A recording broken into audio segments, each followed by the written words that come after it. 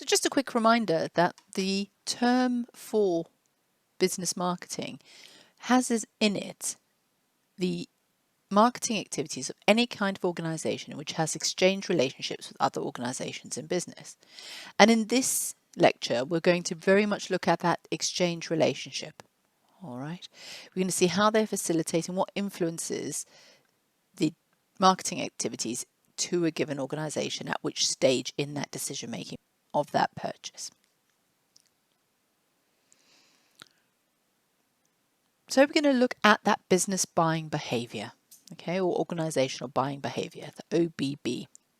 All right, so that's where we moved on from last week, where we looked at how to research what's going on in the environment, looking at the organisational environment as a whole, as well as starting to look at the organisations that you're selling to or trying to interact with. This is now going that step further, okay, looking at the individuals themselves within the organisations and how we can affect their decision making. So just a reminder from last week where there were those 4 major influences on business purchasing and business buying. And those are those environmental forces, the pestle model, the organisational forces that we looked at with the 2 models that we looked at. We've got the interpersonal and then the individual influences. And we are very much going to be looking at 3 and 4 today. We've covered this already last week, so I'm not going to go over it again here, but just a reminder that it's all about doing that research first and understanding that all of these forces, whilst that they have an effect on the organisation as a whole, they also can affect those individual decision making. Okay, those forces that impact on the industry as a whole can also play into the psychology and the decision making of the individual making any purchase decisions. And in fact, these forces can drive the need for purchase decisions. Okay, so being aware of that environmental focus really is important. So then there's the organisational forces at play.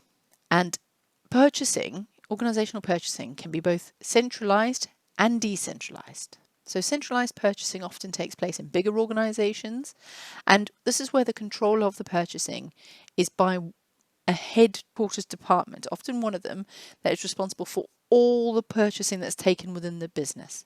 Okay, this allows for central management of the purchasing decisions. This allows for a central budget. This allows for volume purchasing, so you get those economies of scale coming in to drive those prices down, as well as the opportunity to work with large suppliers that wouldn't typically deal in low volumes. Okay, in these centralized functions, purchasing functions, often there's a degree of specialization. They know how to, they've got purchasing managers, they know how to buy things, they know how to negotiate, they know how to do contracting, and they often use evaluative criteria. Okay, so they often put out bids or tenders, which suppliers then need to submit their requirements and products to, and they're evaluated systematically and compared with one another on a basis of points that are pre-agreed by the organisation. And because the volume is so large, and because the companies often are so large and influential in themselves, they have a greater degree of bargaining power than one manager in an organisation trying to negotiate smaller terms, smaller volumes. And actually here there is also the influence of those selling skills, okay, where other organizations can actually come to the central function and actually sell to them, right? And as such, sellers to these big centralized functions need to adapt their marketing strategy accordingly, right? And there is a trend at the moment towards centralization of purchasing. As organizations want to put a spending under a microscope, by centralizing purchasing, they can see it in one place. It saves cost because there's less administration. It saves individuals, so it can actually save workload because you haven't got lots of people within the organization duplicating effort. And because there is that evaluative criteria at play, the organization feels comfortable that they're making the right decisions and that they're following legal requirements. Because in large and especially in highly regulated environments, you need to prove that you have carried out the right processes when selecting suppliers. Like going out in a tender, there's no collusion, there's no bribery that takes place. So there's a lot of factors at play that having a centralized function can help mitigate risk for the organization. There are also organizations that have decentralized purchasing. Often these are in smaller organizations, and also organizations who value those local relationships and meeting the needs of local managers. So many moons ago, I used to run bars and nightclubs for a company called Mitchells and Butlers. They had centralized purchasing that bought all the beer, all the drink, all the snacks, all the kitchen things. But then the decentralized purchasing was allowed for things like marketing materials. If we wanted to put on specific nights, if we wanted to have DJs in, if we wanted to, we could make our own decisions as to which companies, security companies we used. So all of those decisions were made decentralized because we could then make the best decisions for our local marketplace. A centralized purchasing function wouldn't know what DJs my customers like. Okay, so there is a pros and cons for both, and each have their merits. In a decentralized function as well, if you are an organization trying to sell to another organization that has a decentralized function, you then have to find all the different managers and purchasing managers around the company and sell individually, which is a lot more time intensive for you as an organization and resource intensive. Whereas for a centralized function, whilst there's a lot more competition and it's more visible as to who those individuals are, it can often be less time consuming to do it. But again, it comes down to your own strategy, marketing strategy as an organization, and it depends on what you have decided to segment, target, and position your organization to deal with. So as I mentioned about making purchases, purchase managers rarely make decisions alone. Okay, even when I was running bars and nightclubs, I'd always consult my assistant managers. I'd always consult head office just to make sure that the DJ that we've got through is okay, the price is enough, that I've got the right budget. But this depends. Okay, those who, if it was a big purchase with a lot of money going on it, a big night, and we weren't sure about whether we'll break even or not, that then required me escalating it to my area manager or higher above me. Okay, so the more important the decision, the more risky the decision, often the involvement is higher. If it was something as simple as we've run out of flyers, please go print some more, that's an easy one. I could get the assistant manager could be trusted to do that. Okay, so the involvement directly correlates with the amount of the importance and the situation itself. Often it comes down to finances and risk. Okay, and sometimes in these decisions there's power struggles that take place. Back then, I've had assistant managers who used to squabble with one another as to who'd put the best night on. Okay, who'd get the cheapest DJ, things like that. And again, it comes down to that is not the right way to go, because often when people are paid too little, they then drop out or let you down at the last minute. So again, it's understanding where the power dynamic within the organization and adjusting your sales and marketing strategy accordingly. And remember, it is people, not organizations, who make those buying decisions. Okay. Yes, there are organizations when they're in a centralized function that make those decisions, but even still, even on those great big tendering portals where you have to submit what feels like a lifetime's worth of documents to bid for a piece of work, there are still individuals at the end of it who make those purchasing decisions. So if they have no relationship with you, don't know your company, you've got no track record, you've got no website, for instance, they can't check you out. Often it's things like that that then undermine their ability to make decisions for them. Okay. And it's worth remembering that each buying centre member is different. So we're going to talk about the organisational decision-making unit in a moment, but every single person within the organisation have different levels of training. So a marketing manager may make purchases differently to a finance manager or to an engineering manager. Okay, they've different education, different points of view, different stakeholders at play. Each one's got different priorities and ambitions, and understanding those different needs of the individuals will also support you in developing your marketing strategy. I mentioned it last week where we talked about helping your client get that promotion, understanding what win looks like to them. Okay, that continues throughout this. All right, it's remembering about those individuals and leveraging those individuals' needs and ambitions.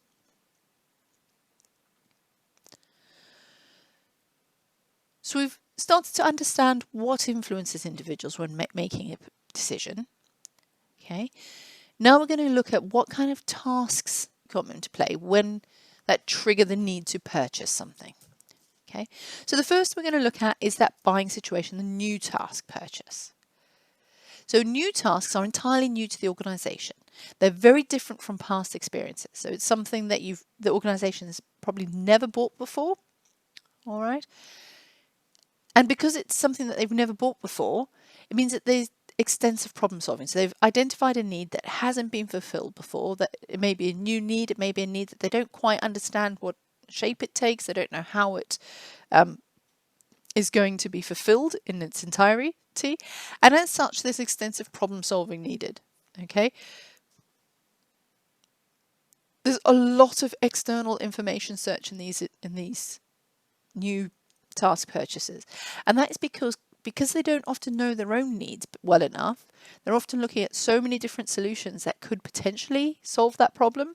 So the more they have to go out for new information and externally look at different companies, look at how other people solve this problem, whether this problem exists in other industries, how they solve it, look at different companies that provide the solutions, and it may not be the same way to solve it. So for instance, in Network Rail, when I worked with them, they have a problem with insulation monitoring, whereby when the plastic around the wires degrade to a point where the current is running straight into the earth so that the signals go out, this is a problem that existed within rail. So what the person who identified this problem did is they looked at what other industries have the same kind of electrical networks and how do they solve this problem? Because if it exists in this industry, it must be in others.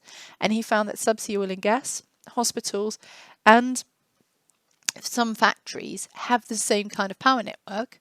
And as such, they came to our company because it's subsea oil and gas, and we adapted the product from subsea oil and gas into the railway industry. Okay, so he wasn't just us that he approached. There's 3 other competitors, and again, it's how is this problem solved elsewhere? And because the organisation doesn't know their problem well enough, they know they have a problem, but they don't really know about how they're going to solve it, who the suppliers are. Okay, and like I said, actively look at new suppliers. And often the purchasing manager is not the most influential. Okay, so in my example, the Network Rail, the person that was making the purchase, who identified the problem, wasn't the purchasing manager. He's an engineering manager, and actually the purchasing managers are going to be the project teams all around the country who have this problem. Okay, so it's not just going to be the person who identified the problem, identified the solution. Actually, it's those around the country who are going to make the decisions, and actually it's down to them whether they feel the problem well enough to actually purchase the end product. The second situation we're going to look at is the modified rebuy. Okay, so this is where an organisation has bought the product before, they're not happy with their current suppliers or not happy with how the problem's being solved, so they're going back out to market to find a better way of doing things. It often happens with things like changing agencies. So if an organisation's been working with an agency and the agency starts to slip, or that the organisation's goals have changed, or a new manager comes in, what they do is they go back out to market. They evaluate their current suppliers and go back out to market for new ones. Okay, that's a modified rebuy. And this is often what happens when the suppliers or supplier starts to become a bit wobbly, or there's some dissatisfaction with them. Or it can happen when they're more certain about the appropriate criteria. So sometimes this happens in big bids where when the organisation thinks they know what the solution to the problem is, they put it out to market. The market then bids against the criteria set. The bids come in, and then in the time that the bids have come in, the organisation has now learnt more about their product, the problem. They know more about the products and the market, they know who can supply them, and they're actually clearer about how that problem can be solved. And as such, they then go back out to market with more criteria. They know exactly what they want and they've got more clarity. And as such, that's a rebuy.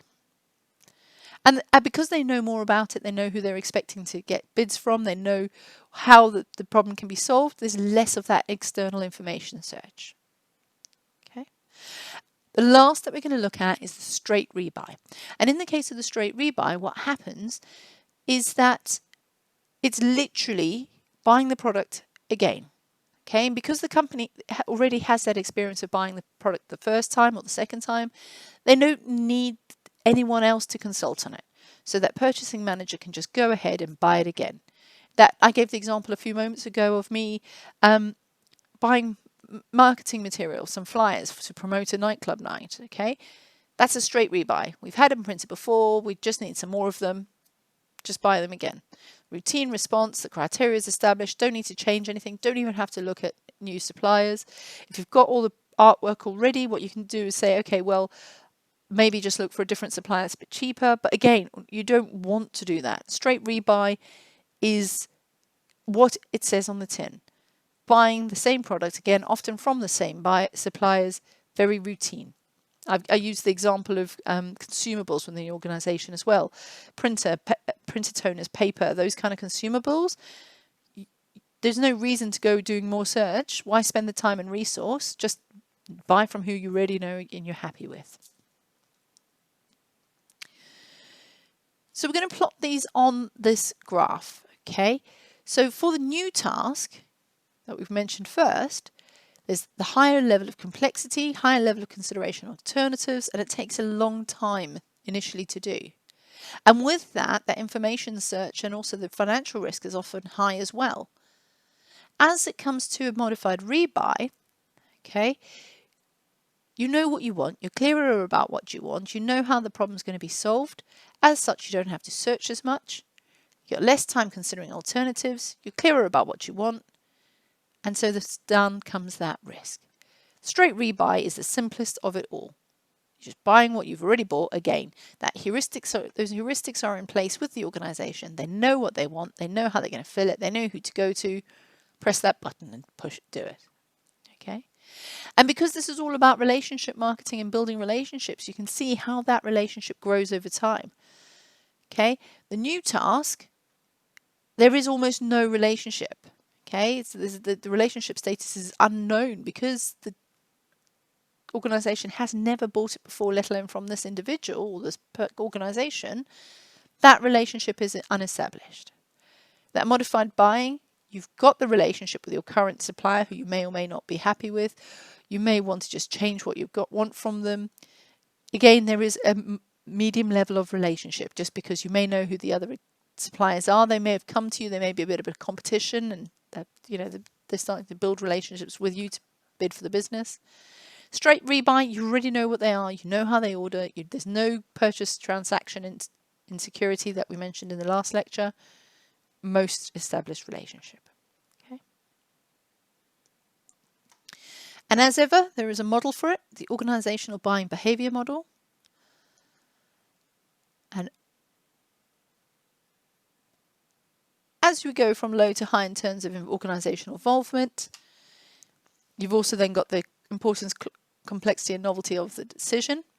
Okay, up it goes. So straight rebuy at the bottom to the new task at the top. Okay, so that's the model. I adapted slightly because I felt that that was easier to read, but entirely up to you what you like. All right, so thank you.